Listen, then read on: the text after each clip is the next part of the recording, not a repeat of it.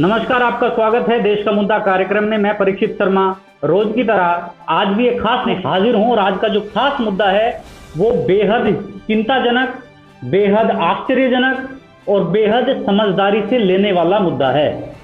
मुद्दा ये है कि जब दिल्ली में ये पॉजिटिव रिजल्ट सामने आ रहा है कि जो मरीज हैं वो एक ऐसी थेरेपी से, प्लाज्मा थेरेपी से सही हो रहे हैं, तो उसका इंतजाम सरकार द्वारा भली भांति क्यों नहीं कराया जा रहा है?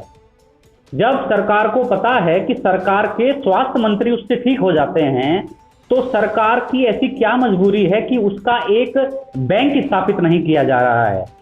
हमारे साथ इसी मुद्दे पर चर्चा और बातचीत करने के लिए तीन खास मेहमान मौजूद हैं। हमारे साथ दिल्ली हाई कोर्ट की मॉनिटरिंग कमेटी के सदस्य श्री अशोक अग्रवाल जी और समाज सेवी मौजूद हैं। हमारे साथ आम आदमी पार्टी के मेंबर और दिल्ली माइनॉरिटी कमीशन के मेंबर श्री नवीन नागर जी मौजूद हैं और हमारे साथ भारतीय जनता पार्टी से नेता श्री संजय शर्मा जी मौजूद हैं। आप तीनों लोगों का स्वागत है। सबसे पहले मैं श्री अशोक अग्रवाल जी के पास आना चाहूंगा। सर, जब दिल्ली सरकार को पता है कि प्लाज्मा थेरेपी इतनी कारगर है, तो दिल्ली सरकार की ऐसी क्या मजबूरी है? और आप एक समाज सेवी के रूप में और जो मॉनिटरिंग कमेटी है उसके रूप में भी कई बार ये सवाल उठा चुके हैं और ये संदेश दे चुके हैं, तो दिल्ली सरकार ये सुनती क्यों नहीं है? सर देखिए, प्लाज्मा थेरेपी के बारे में तो हमें कोई पहले तो जानकारी थी नहीं, और अभी जब से ये क्राइसिस शुरू हुए और पता लगा कि प्लाज्मा थेरेपी भी कोई चीज़ है और इससे जो कोविड के जो पॉजिटिव पेशेंट्स हैं उनको उससे रिलीफ मिल रहा है, तो और ये भी देखा कि हमारे जो स्वास्थ्य मंत्री जी हैं, जैसा जानकारी है कि उनको भी प्लाज्मा दिया गया। और आज शायद कहीं मैंने पढ़ा था कि जो ICMR है उसने भी अप्रूवल दिया है प्लाज्मा का, शायद पहले भी दिल्ली गवर्नमेंट को दिया था। तो मैंने देखा कि बहुत सारे केसेस मेरे पास आ रहे हैं और वो बोलते हैं जी हमें जो है AB+ ग्रुप और बी पॉजिटिव ग्रुप, इसका ब्लड चाहिए जो ऑलरेडी 1 महीना या 23 दिन या 25 दिन पहले कोविड हो, फिर वो नेगेटिव हो गया हो, तो उसका ब्लड लेके फिर प्लाज्मा बना के फिर उसको करेंगे। तो मैंने देखा कि लोग ऐसे इधर से उधर भाग रहे हैं, ढूंढ रहे हैं, कहाँ से ढूंढेंगे मुझे नहीं समझ में आ रहा। तो मेरे को ये, मैंने फिर अपने चीफ मिनिस्टर साहब को भी एक चिट्ठी लिखी। मैंने उसमें लिखा कि क्योंकि जो लोग भी पॉजिटिव हुए हैं और जो फिर बाद में नेगेटिव हो गए हैं, उन सबकी जानकारी तो आज सरकार के पास है, तो सरकार क्यों नहीं उनके साथ कांटेक्ट करके, और शुरू में मैंने देखा था कि चीफ मिनिस्टर साहब ने कई महीने पहले लोगों से रिक्वेस्ट भी की थी कि वो भी डोनेट करें, तो बहुत अच्छी बात है। तो मुझे लगता है कि सरकार ये रोल बहुत बड़ा प्ले कर सकती है। जैसे आज मेरे पास एक केस आया, वो था B पॉजिटिव ग्रुप का, कल आया था AB पॉजिटिव ग्रुप का। तो मैंने जब चेक किया तो मेरा जो व्यक्ति था जानकार का, जो एक डोनर बन सकता है बलसवा में, वो था B ग्रुप। तो मैंने उनको बोला, उनको कागज भी भेजे उसके, तो वो कहने लगे नहीं ये तो चलेगा नहीं।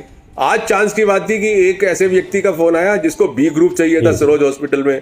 तो फिर मेरे को याद आया यार वो पेशेंट तो B ग्रुप था, तो मैंने उनको मतलब सारे वो कॉन्टेक्ट दे दिए और मेरे ख्याल से वो प्रोसेस हो रहा है। लेकिन सवाल ये कि हम कितने करेंगे? तो ये गवर्नमेंट को मैंने लिखा, चीफ मिनिस्टर साहब को, कि भाई आप ऐसा करो ना, कोई इसका बैंक बना लो थेरेपी का, प्लाज्मा थेरेपी का कोई बैंक बना लो, सबकी इंफॉर्मेशन आप ले लो। आपके लोग इतने फ़ोन करते हैं दुनिया भर को, क्यों नहीं एक अपना सेल बना देते जो ऐसे लोगों को बराबर परसू करें और उनको देखें कि जितने भी हम अपने लोगों को बचा सकते हैं कोविड पॉजिटिव पेशेंट्स को, इस थेरेपी से हमें बचाना चाहिए। तो ये मैंने एक इनिशिएटिव लिया है। अब ये सरकार के ऊपर है कि की वजह से ही आज का हमारा कार्यक्रम शुरुआत हमने की है। आपकी पोस्ट मैंने देखी थी कहीं और उस पोस्ट को मैंने कहीं ना मद्देनजर रखते हुए इस कार्यक्रम की शुरुआत की है। आम आदमी पार्टी से मेरे साथ नवीन नागर जी हैं, आप दिल्ली माइनॉरिटी कमीशन के भी सदस्य हैं। आपकी खास पहचान भी है और उठा बैठ भी है मुख्यमंत्री जी के साथ में। क्या आप उनको ये संदेश नहीं दे सकते नवीन नागर जी कि जब इस समय ऐसी क्रिटिकल कंडीशन में देश को जरूरत है और कहीं ना कहीं दिल्ली में इतनी तेजी से मामले बढ़ रहे हैं, तो बैंक की स्थापना क्यों नहीं? देखिए शर्मा जी, क्या था कि जिस तरह से अभी वकील साहब ने बोला कि मैंने एक माननीय मुख्यमंत्री साहब को एक पत्र इन्होंने भेजा है उसके लिए तो बहुत बहुत धन्यवाद। क्योंकि लोग आगे आते हैं तभी कुछ उसी किसी ना किसी चीज़ का हम जी, लोग जी। कोई ना कोई सोल्यूशन निकाल पाते हैं। अब जैसे कि आपने बात वही बोली कि जी। इस तरह का कोई बैंक होना चाहिए, तो देखिए समय समय पे सरकार कोई ना कोई किसी न किसी कारण से ऐसे मुद्दे या इस तरह की चर्चाओं को लेकर या इस तरह की चीज़ों को संशोधन में लेके आती है, जिससे दिल्ली के रहने वाले लोगों को ज़्यादा से ज़्यादा भला हो सके, पहली चीज़। दूसरी चीज़ मैं कहना चाहूँगा बैंक वाली, तो देखिए किसी भी चीज़ को बैंक बनाना इतना आसान नहीं होता है। उसके लिए एक क्राइटेरिया होता है, वो क्राइटेरिया हम लोग कोशिश कर रहे हैं कि धीरे धीरे क्या क्राइटेरिया होता है? क्या क्राइटेरिया होता है? केंद्र सरकार की मतलब देखिए क्राइटेरिया क्या होता है, सबसे पहले हमें कुछ परमिशंस की ज़रूरत पड़ती है। जब वो हमें परमिशंस मिल जाती है, जैसे कि आपने कुछ समय पहले देखा होगा, तो हमने एक बड़ा छोटा सा प्लाज्मा का एक्सपेरिमेंट किया था LNGP के अंदर, जो हमारा सक्सेसफुल हुआ। जब वो हमारा सक्सेसफुल हुआ तो उसके लिखित में हमने केंद्र को एक चिट्ठी लिखी कि ये जो एक्सपेरिमेंट है प्लाज्मा वाला, ये बहुत सक्सेसफुल हो रहा है, और दूसरा इसका मोस्ट इम्पोर्टेंट चीज़, इसको पूरे देश में लागू इसलिए कर दिया जाए क्योंकि जितनी जल्दी इससे आदमी रिकवरी हो रहा है उतना वो मेडिसिन से भी रिकवरी नहीं हो पाता है। जैसे कि हाल फिलहाल में आपने देखा होगा, हमारे स्वास्थ्य मंत्री सतेंद्र जैन साहब को भी इसी थेरेपी के द्वारा बहुत जल्दी ठीक कर दिया गया। तो इस धीरे धीरे हम लोग मुद्दे को ले रहे हैं। मैं बीजेपी बिल्कुल आपके पास दोबारा आऊंगा। बीजेपी से मेरे साथ संजय शर्मा जी जुड़े हुए हैं। संजय शर्मा जी, सारी जिम्मेदारी केवल दिल्ली सरकार की है, समाज सेवियों की है। अशोक अग्रवाल जी मेरे ख्याल से जितना एक साल में मरीजों को दिखाते हैं वो एक बहुत बड़ा आंकड़ा है। यदि मैं आपके सामने पेश करूं तो क्या बीजेपी की कोई जिम्मेदारी नहीं है? एक दूसरे के ऊपर आरोप प्रत्यारोप कि दिल्ली सरकार ने ये नहीं किया, केंद्र सरकार ने ये नहीं किया, तो क्या इस समय जो जरूरत है जिन चीज़ों की, प्लाज्मा थेरेपी जैसी चीज़ों की, तो उनकी इनिशिएटिव क्यों नहीं लेती है सरकार? देखिए, मैं इसमें वकील साहब आपसे कहना चाहूँगा कि दिल्ली सरकार और या केंद्र सरकार, इस समय दोनों की जिम्मेवारी बनती है लोगों की जान बचाने की। जी। लेकिन कहीं ना कहीं दिल्ली सरकार के जो आंकड़े हैं वो गलत आ रहे हैं।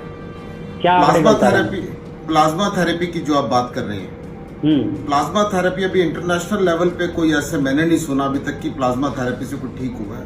सतेंद्र जैन जी शायद पहले व्यक्ति हैं जो प्लाज्मा थेरेपी से ठीक हुए हैं। उनको कोविड था भी या नहीं था वो भी नहीं पता हमें, तो कि वो किस कारण भर्ती हुए, क्या हुए, अभी तक तो ऐसी कोई रिपोर्ट देखने को नहीं मिली, ना टीवी में, ना न्यूज चैनल। अलग बात है, उससे मुद्दा अलग चर्चा करेंगे। हम लोग राजनीतिक मुद्दा नहीं उठाना चाह रहे वो क्यों हुए थे क्या नहीं। मैं अभी मुद्दे पे बात करना चाहता हूँ कि प्लाज्मा थेरेपी यदि कारगर है तो उसका इंतजाम क्यों नहीं किया जा रहा है सरकार द्वारा? मैं सिर्फ इस चीज का आपसे क्वेश्चन पुट करना चाहता हूँ। इंतजाम होना चाहिए। अगर प्लाज्मा थेरेपी कामयाब है तो लोग ब्लड बैंक में जाने को भी तैयार होंगे, लेकिन देखना ही है ना कि वो जो आंकड़े ठीक होने वाले व्यक्तियों के वो कहाँ पे उपलब्ध है, कहाँ से आंकड़े आएंगे, कैसे लोगों को हम लोग जाके कह सकते हैं कि आप अगर आप इस चीज पे ठीक हुए कोविड से तो आपकी वजह से और 10 लोगों की जान बच सकती है। कैसे उनको हमने इस पिक्चर में लाना है कि वो इस काम को आके कर सके प्लाज्मा थेरेपी को। जी। तो देखने के बाद पर उसमें देखा जाए तो इस टाइम दिल्ली सरकार के मामले में देखूं मैं, फिर वही राजनीति वाली बात आ जाती है कि जब जनता मर रही थी तब कुछ नहीं हो रहा था। इसको प्लाज्मा थेरेपी की शुरुआत होती है जब ये मोहम्मद साद वाले केस से जो जमाती पकड़े गए, वहां उनके लिए प्लाज्मा थेरेपी का अरेंजमेंट किया जाता है। उनमें से कुछ लोग ठीक होते हैं, नहीं होते, उनके लिए फ्रूट भी आ रहे हैं, सब भी आ रहे हैं। लेकिन आज के जो हालात है वो देखिए, ना किसी के पास जाने के लिए हॉस्पिटल है, ना कोई इलाज है, ना कुछ लेना। अब प्लाज्मा थेरेपी का नाम आया सतेंद्र जैन जी से, माननीय जो हमारे माननीय स्वास्थ्य मंत्री हैं, तो अगर वो इम्प्रूव हुए, उनको लगता तो वो तो स्वास्थ्य मंत्री है, वो क्यों नहीं एक्शन लेते इस पे? अगर वो ब्लड बैंक खोल सकते हैं तो बिल्कुल खोलना चाहिए। उनको किस चीज की देरी है? नहीं लिया जा रहा है तभी क्वेश्चन उठते हैं, और कहीं ना कहीं इस चीज में जो नेता हैं, जो बिल्कुल जो मंत्री हैं, उनको अच्छे तरीके से स्वास्थ्य सेवाओं का लाभ मिलता है, लेकिन जो पिसता है वो आम आदमी पिसता है, निचला तबका पिसता है। अशोक अग्रवाल जी, आपके पास तो इस तरीके के बहुत केस आते हैं, और कहीं ना कहीं इस तरीके के केस नहीं, जो वैसे जो पेशेंट जो पीड़ित हैं अन्य रोगों से, जैसे कि कैंसर से या अन्य रोगों से पीड़ित हैं, उनका इस समय क्या स्थिति बनी हुई है? क्या आपको लगता है कि जो कोविड-19 जैसी बीमारी ने उनकी और जो है मुश्किलें बढ़ा दी हैं? देखिए, ये जो बीमारी आई है कोरोना वाली, इसने तो पूरे हेल्थ केयर सिस्टम को एक्सपोज कर दिया है। सबके पसीने छुड़ा दिए, चाहे वो सरकार में मुख्यमंत्री हो, चाहे वो कहीं और आम आदमी हो, सबके पसीने छुड़ा दिए हैं, और सिस्टम अभी भी आउट ऑफ कंट्रोल गया। और जितने बहुत सारे डिसीजन चाहे सेंट्रल गवर्नमेंट ने लिए और दिल्ली गवर्नमेंट ने लिए, उसको बिना प्रिपेयर्ड हुए जो है फैसले लिए। जैसे आपने जीबी पंत हॉस्पिटल पे ऑल ऑफ अ सडन कह दिया कोविड है, इरविन हॉस्पिटल भी कोविड है, और उसमें जो लोग पेशेंट्स थे, कैंसर पेशेंट्स थे, लीवर पेशेंट्स थे, हार्ट पेशेंट्स थे, 1 मिनट में उन सबको जो है ना हॉस्पिटल से बाहर कर दिया। कोई आपने अल्टरनेटिव नहीं दिया। ऐसे कैंसर हॉस्पिटल जो दिल्ली स्टेट का है उसमें सैकड़ों पेशेंट जो थे वो बेघर, मतलब वो बिना किसी प्रिपेयर्डनेस के आपने उनको हटा दिया। ऐसे एम्स से सफदरजंग हॉस्पिटल, बहुत सारे हॉस्पिटल दिल्ली के, उन्होंने जो है नॉन कोविड पेशेंट्स को जो भेजा। अभी प्रॉब्लम ये हो रही है कि कोविड वाले का भी प्रॉपर वो नहीं हो रहा, ट्रीटमेंट नहीं हो रहा, और जो नॉन कोविड है वो भी आउट हो गया। तो दोनों तरीके के लोग बहुत मर रहे हैं। और दुख की बात यह है कि गवर्नमेंट सिस्टम, आज कोई भी व्यक्ति जो है ना, गरीब से गरीब आदमी भी दिल्ली सरकार के हॉस्पिटल्स में जाना नहीं चाहता। ये बड़े दुख की बात है, मतलब ना। कारण क्या है? और जबकि वहाँ इतने सारे बेड्स हमारे खाली हैं। घबरा गया एक्चुअली में। हुआ क्या है कि जो उनको शुरू में मतलब उनको लगा, दिखाया गया कि भाई बहुत हमारे तो बहुत ही स्टेट ऑफ आर्ट हॉस्पिटल्स हैं। हाँ, तो मतलब जो भी राइट और रॉन्ग, लेकिन बट जो 1-1.5 महीने में हुआ वहां पर, जो दृश्य लोगों को देखने को मिला, तो लोगों की तो ये हालत हो गई कि लोग जा के अगर एडमिट करा भी दिया तो 2-4 घंटे के बाद वो कह रहे हैं कि मेरा पेशेंट वापस करो, मुझे ले जाना है। तो वो जो 1-1.5 महीने में जो लोगों को अनुभव हुआ, उससे सब लोग घबरा गए। इसीलिए सारी दौड़ जो है ना वो प्राइवेट हॉस्पिटल की तरफ चल रही है। प्राइवेट हॉस्पिटल जो जिस तरीके से लूट रहा है सब जान रहे हैं। आज तो मुझे किसी ने ये भी बताया है कि शायद ये थेरेपी जो है, ये प्लाज्मा थेरेपी जो है, ये भी बिक रही है प्राइवेट हॉस्पिटल्स के अंदर।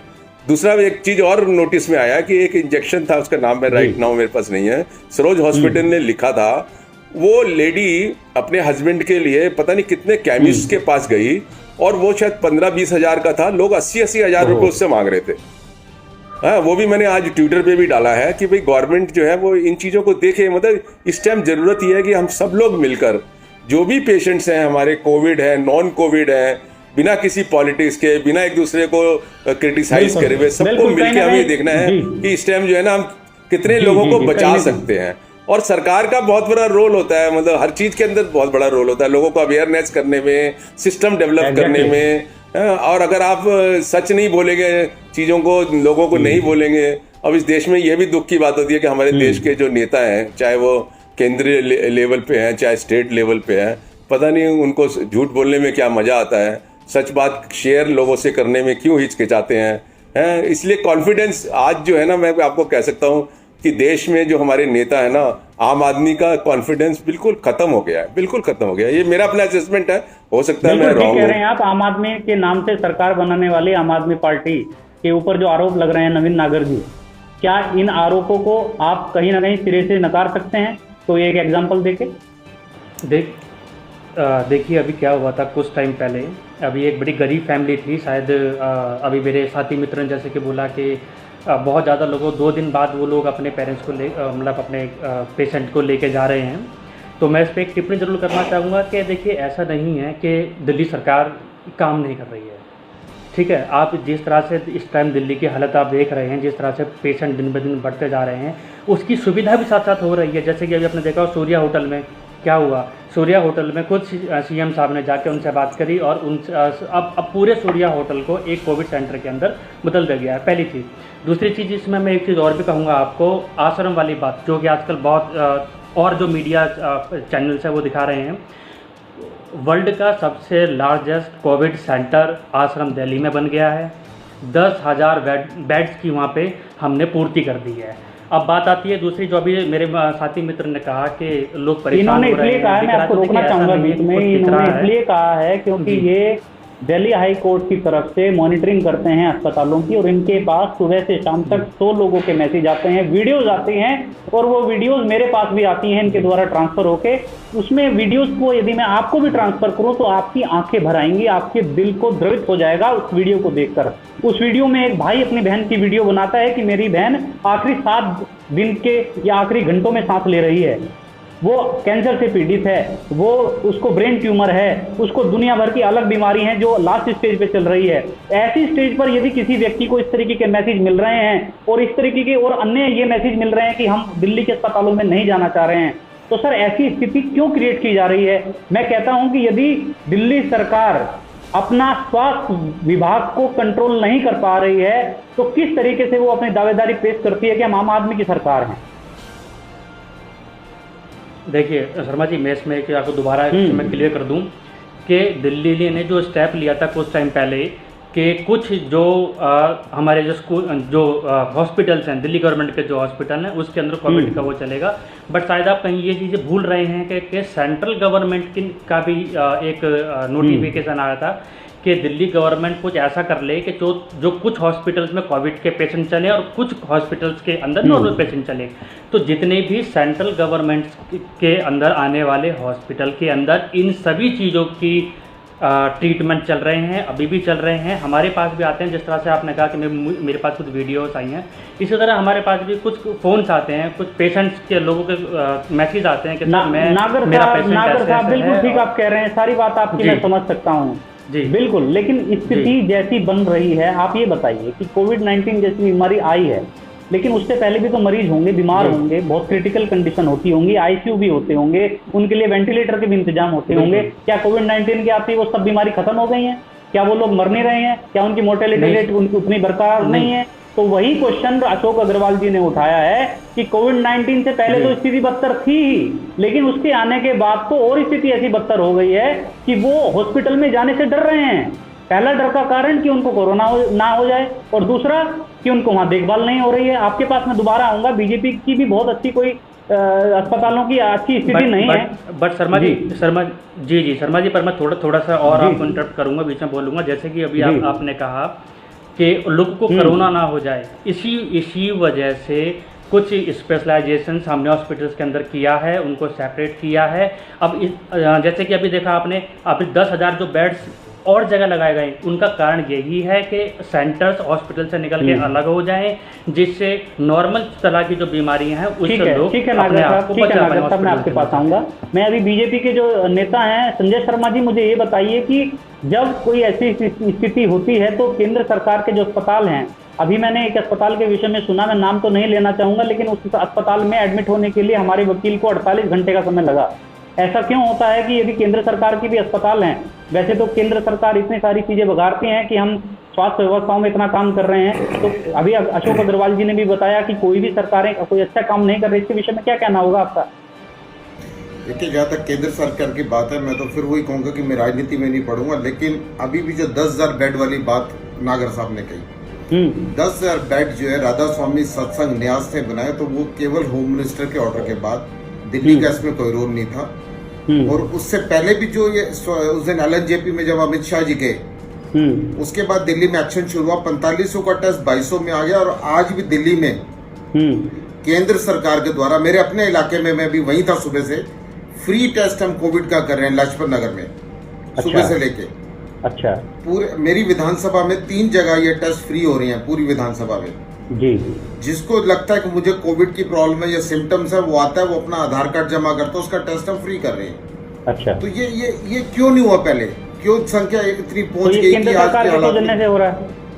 बिल्कुल, ये केंद्र सरकार कर रही थी। जो राधा स्वामी सत्संग यहाँ से, वो भी अमित शाह जी के होम मंत्री, जब गृह मंत्री इसमें आए हैं, उसके बाद से एक्शन शुरू हुआ। ये पोस्टरबाजी नहीं हो रही, बस स्टॉप नहीं लगाए जा रहे, होर्डिंग्स नहीं लगाए जा रहे, नाम लेने के लिए काम हो रहा है, एक्शन हुआ है।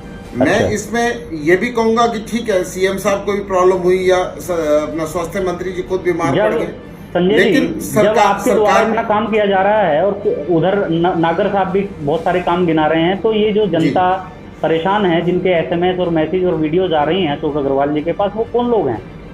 मैं अभी उसी मुद्दे पे आ रहा हूँ, आपके वाले मुद्दे पे आ रहा हूँ। ये काम जो शुरू होता है 4 दिन पहले शुरू होता है, 5 दिन पहले। ये पहले जब दिल्ली की सरकार देख रही थी इसको, अब बाकी यूपी है या हरियाणा है या राजस्थान है, या राजस्थान में भी हालात आप देख लीजिए, अब गुजरात है, सब जगह चीफ मिनिस्टर अपने लेवल पे काम कर रहे हैं। तो दिल्ली का दुर्भाग्य है कि दिल्ली केंद्र और दिल्ली सरकार दोनों के बीच में फंसी हुई है। नगर निगम अलग है और एक NDMC, एक वो स्वास्थ्य संस्था लग गए। तो सब तरफ से दिल्ली के जनता घिरी हुई है, पिसी हुई है इन सब के बीच में। एक्शन नहीं हो पाता टाइम पे, कुछ चीजें ऐसी फंस जाती है। और मुझे तो जहां तक लगता है इसमें भी साजिश है कि दिल्ली में क्यों नहीं स्वास्थ्य उठ पा रहा, प्राइवेट हॉस्पिटल्स को फायदा देने के लिए हो रहा है, या कुछ इसमें भी साजिश है कि दिल्ली में लोग एडमिट नहीं होते, एंड में वो प्राइवेट की तरफ भागते हैं और खुलेआम पैसा दिया जा रहा है। अशोक जी ने जो बात कही है, साजिश रची जा रही है। केंद्र सरकार, आपकी केंद्र सरकार है, आपके पास इंटेलिजेंस है, आपके पास पुलिस है, आप मुकदमे दर्ज क्यों नहीं कराते इन लोगों के खिलाफ? सर होंगे, बिल्कुल होंगे, मुकदमे दर्ज भी होंगे, इंटेलिजेंस भी लगे, सब लगे। केवल आरोप भी लगाना जानते हैं। हालात ये है ना कि जो 15 लाख रुपए का पैकेज ले रहे थे अशोक जी जैसे बता रहे हैं प्राइवेट हॉस्पिटल वाले, आज उनका पैकेज 1 लाख पे अटक गया ना 10 दिन का। 8,000 रुपए बेड मिलना शुरू हो गया, जो बेड को 50,000 रुपए चार्ज कर रहे थे। संजय जी, मैं आपके पास दोबारा आऊंगा। अशोक अग्रवाल जी, लास्ट मेरा कमेंट कि मुझे आप ये जी। मैं तीन बातें और ऐड करना चाहता हूँ। एक तो मैं बार बार ये कहता हूँ कि ये जो कोविड पेशेंट्स हैं, इनको अपनी जेब में से क्यों 1 रुपया भी किसी को देना पड़ता है? ये गवर्नमेंट को क्यों नहीं गवर्नमेंट बियर करती? गवर्नमेंट को बियर करना चाहिए क्या, चाहे वो मिडिल क्लास है चाहे लोअर मिडिल क्लास है। दूसरी बात यह है कि जो हमारी सरकारें हैं, सारे देश की सरकारें लगभग, एक्सेप्शन कोई हो सकता है, वो अपने एडवर्टाइजमेंट में तो बहुत चिंतित हैं, बहुत उनको चिंता है, लेकिन जो अपनी देश की जनता की प्रॉब्लम है उस पर कोई चिंता नहीं। मैं जैसे आपको एक इंस्टेंस बताता हूँ, 2 साल पहले 2-3 बच्चे इसलिए मर गए छोटे छोटे क्योंकि दिल्ली गवर्नमेंट के हॉस्पिटल में उनको वेंटिलेटर या आईसीयू बेड नहीं मिला। हमने रेज किया हाई कोर्ट के अंदर। हाई कोर्ट में हमने दिखाया कि देखिए प्राइवेट हॉस्पिटल्स ऐसे हैं जहां पे 38% आईसीयू वेंटिलेटर बेड्स हैं टोटल स्ट्रेंथ के प्राइवेट हॉस्पिटल्स में, और दिल्ली सरकार में 10,000 बेड के अगेंस्ट सिर्फ 400 वेंटिलेटर बेड्स हैं और उसमें भी 52 खराब है। तो कम से कम इनको इंक्रीज करना चाहिए। और हमने कोर्ट को कहा कि कम से कम 10% तो आप अपनी स्ट्रेंथ मतलब करिए मिनिमम वेंटिलेटर बेड्स की, आईसीयू बेड्स की।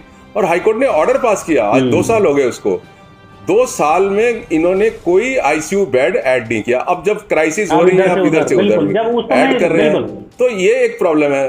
और तीसरा एक बार मैं पॉइंट आउट करना चाहता हूँ, हिंदूराव हॉस्पिटल जहाँ 850 बेड है, यहाँ दोनों इन्वॉल्व हैं, एमसीडी और दिल्ली गवर्नमेंट। अब 850 बेड्स हैं और बढ़िया बात यह है उसको कोविड डिक्लेयर कर दिया, वेरी गुड। उसके अंदर सारे बेड्स के साथ जो है ऑक्सीजन की पाइपलाइंस जुड़ी हुई हैं, वो बहुत आइडियल है कोविड हॉस्पिटल के लिए। लेकिन वहां पर आज भी जो है कोई फंक्शन नहीं हो रहा, मतलब आपस में लड़ाई कर रहे हैं एमसीडी वाले, दिल्ली सरकार वाले, सेंट्रल गवर्नमेंट वाले, और वो हॉस्पिटल कहीं भी अपनी सर्विसेज नहीं दे पा रहा, ओपीडी बंद पड़ी है वहां पर। तो ये बड़ी शर्मनाक हरकतें हैं। मुझे लगता है कि हमारी सरकारों को कोई भी जो है ना, मतलब सेंसिटिवनेस नहीं है कहीं भी जनता के लिए। ये बात एक्सपोज हो गया है। कोरोना ने ना मतलब पोल खोल दिया सारी सरकारों की। आंसर पूछूंगा नागर साहब, जो आरोप अशोक अग्रवाल जी लगा रहे हैं उनका खंडन कीजिए। जी, देखिए पहली चीज़ ही अभी इन्होंने कहा कि एमसीडी के बीच में और ये सब डिस्प्यूट होता है, तो देखिए एमसीडी सेंट्रल के हाथ में आती है, ये चीज़ आपको बहुत भली बात पता है ये चीज़। और कहीं ना कहीं हम लोगों के लिए जब हम लोग काम कर रहे होते हैं तो एमसीडी कहीं ना कहीं वहाँ दिक्कत पैदा करती है। जैसे कि हमारे पास अभी बीजेपी से हमारे जो सर हैं, अभी उन्होंने इतनी सारी बातें करी, मैं सुन रहा था उनकी बातों को सबको। तो देखिए सर, कहीं ना कहीं बीजेपी गवर्नमेंट हमारे साथ हाथ मिला के नहीं चलती है। क्या ये जो दिल्ली की सरकार है, अगर इसके अंदर 70 में से अगर 7 या 6 एमएलए अगर बीजेपी के पास हैं, तो क्या उनका ये मैं सीधे वर्ड में उनको बोलना चाहूँगा, कोई बुरा ना माने इस बात को, कि यहाँ के नागरिक की इनके ऊपर कोई जिम्मेदारी नहीं बनती है। तो जब हम लोग, जैसे कि अभी क्या हुआ, कुछ टाइम पहले क्या होता, सीएम साहब ने एक ट्वीट मारा था कि मैंने सेंट्रल गवर्नमेंट से एक फंड मांगने की कोशिश करी। तो सबको पता है, सभी दिल्ली के देशवासियों को पता है कि वो फंड ठीक है सर, ये आपकी लड़ाई में एक आम आदमी किस्सा है, वो सब जानते हैं, लेकिन एक आम आदमी क्यों पीछे मेरा समय होता जा रहा है। मैं उसी चीज़ पे मैं उसी चीज़ बड़े ही शॉर्ट टाइम में मैं ख़त्म करूँगा कि मैं उसी चीज़ पे आ रहा हूँ। देखिए, आदमी ना पीछे, इसीलिए कोरोना के चलते लोगों को राशन दिया गया जिसकी कोई पैसा नहीं लिया गया। जो टेस्ट 4500 रुपये का था वो सिर्फ अब 2400 रुपये का कर दिया है, और कोशिश कर रहे हैं कि इसमें भी जल्दी से कुछ ना कुछ कटौती हो जाए। बट उसके लिए सेंट्रल गवर्नमेंट को दिल्ली गवर्नमेंट के साथ हाथ से हाथ ठीक है। मिला के चलना होगा। ऐसा नहीं कि क्योंकि सरकारों के बीच में ये जनता मरेगी, वो संजय शर्मा बीजेपी जी को 60 देखना सेकंड में बात खत्म करिए, बताइए क्या कहना चाहते हैं। जी जी जी जी देखिए, मैं नागर साहब की पहली पॉइंट पकड़ता हूँ कि एमसीडी दिल्ली के अंडर नहीं, केंद्र सरकार के अंडर है, इन्होंने कहा। लेकिन मैं इनकी जानकारी के लिए बता दूं, एमसीडी एक स्वायत्त संस्था है जिसकी जितना भी ऊपर से फंड आता है वो दिल्ली सरकार ही एमसीडी को प्रोवाइड करती है, केंद्र सरकार डायरेक्ट इसमें इंटरफियर नहीं करती। दूसरी बात, अभी नागर साहब ने कहा कि 4500 रुपये से टेस्ट 2400 रुपये कर दिया, तो ये भी केंद्र सरकार के द्वारा किया, दिल्ली सरकार के द्वारा नहीं किया। तीसरा, इन्होंने कहा जी फंड मांगा सेंट्रल गवर्नमेंट से, फंड नहीं मिला। 11,000 करोड़ रुपया जो मेरी जानकारी है, इनको पहले फंड मिला था लोगों को राशन बांटने के लिए। आज जितना राशन बटा है, दिल्ली के अंदर बटा या पूरे देश भर में बटा, वो एफसीआई के थ्रू बटा, फूड कॉर्पोरेशन ऑफ इंडिया, जो केंद्र की सरकार के अंडर है, वहीं से सारा राशन उन्होंने बंटवाया। खाने को जो भोजन दिया, वो खाने की क्या क्वालिटी आप पीछे न्यूज़पेपर पे चैनल्स पे देख वो वीडियोस भी वायरल हुई। सर, वो सबको आप जी, किसी वो वीडियो वायरल भी हुई। न्यूज चैनल में जाके देखिए। हाँ, मैं उसी सभी वो जो मुद्दों नहीं, पे आ रहा हूं। एक आप इन्होंने मेरे- मान अधिकता नहीं है, एक मिनट पढ़ने का अधिकता ना होने के मेरा कारण मुझे मुद्दा इसको मेरा करना मुद्दा बीच पड़ेगा। में रह जाएगा। आप तीनों मेहमानों का बहुत बहुत शुक्रिया। हाँ, जी जी, मैं खाली 10 सेकंड और लूंगा आपके में। इन्होंने कहा जी फंड नहीं मिला, फंड मांगे इन्होंने 5,000 करोड़ रुपए की, हमारे पास तनख्वाह देने के लिए पैसे नहीं है। चलिए, आपके तनख्वाह देने के लिए पैसे नहीं, आपने 1,000 करोड़ रुपए एडवर्टाइजिंग के ऊपर खर्च दिया कोविड-19 को लेकर, केवल सीएम की फोटो दिखाने के लिए। तो भैया वो बचा लेते, वो जनता के काम आते, वो तनख्वाह देने में काम आते। आप 5,000 हर चीज के लिए बिल्कुल सेंट्रल गवर्नमेंट बिल्कुल ठीक है संजय शर्मा जी। मैं अशोक अग्रवाल जी के लास्ट कमेंट ये पूछना चाहूंगा सर, दिल्ली सरकार के लिए और केंद्र सरकार के लिए क्या सुझाव है कि वो क्या ऐसा करें कि कोविड-19 जैसी बीमारी या अन्य बीमारियों से लड़ने में कारगर साबित हों? उनके कोई अस्पताल आपको लगते हैं जो चिन्हित हैं कि वो अच्छा काम कर सकते हैं, या कोई ऐसी आपके दिमाग में कोई कार्यशैली चल रही है जिसको वो कर लें तो वो अपने कार्य को और अच्छी तरीके से कर पाएंगे? आपका लास्ट कमेंट 60 सेकंड में। देखो, मेरा अनुभव ये है कि जो सरकारें होती है ना, जब काम करती हैं तो कुछ भी कर सकती हैं, कोई भी वंडरफुल जॉब कर सकती हैं। काम ना करे, निकम्मेपन में रहे, तो जो हो रहा है वो हो रहा है। तो इन सब लोगों को अपने राजनीतिक इंटरेस्ट से ऊपर उठ के जो है, मुझे लगता है कि देश की जनता जो कराह रही है, परेशान है, तड़प रही है, रोज मर रही है कीड़े मकोड़ों की तरह, है डेड बॉडीज को सड़कों पे इधर उधर आप देख सकते हैं, चलते चलते लोग मर जा रहे हैं। तो ये सब गंभीर मामले हैं। यहाँ इस वक्त इन सबको मिलकर सारे अपने डिफरेंसेस को ख़त्म करके एक आम जनता के लिए काम करना चाहिए और एक एग्जाम्पल क्रिएट करना चाहिए पूरे देश के लिए। बिल्कुल बिल्कुल। आप तीनों मेहमानों का मेरे साथ जुड़ने के लिए बहुत बहुत शुक्रिया। जिस विषय पर हम चर्चा कर रहे थे वो विषय बहुत गंभीर और बेहद चिंताजनक विषय है। यदि सरकारों को इस विषय में जल्दी नहीं सोचेंगे तो वो स्थिति इतनी भयावह हो सकती है कि वो आपके कंट्रोल से बहुत ज़्यादा बाहर हो जाएगी, क्योंकि जिस तेजी से कोरोना के मामले दिन प्रतिदिन बढ़ते जा रहे हैं वो हाथ आने वाले अब नहीं हैं। और आपको अशोक अग्रवाल जैसे व्यक्तियों की सलाह माननी होगी, उनके एक्सपीरियंस का लाभ उठाना होगा, और तभी आप इस ऐसी स्थिति से लड़ने में कामयाब हो सकते हैं। आप देखते रहिए NYU न्यूज़। Thank you.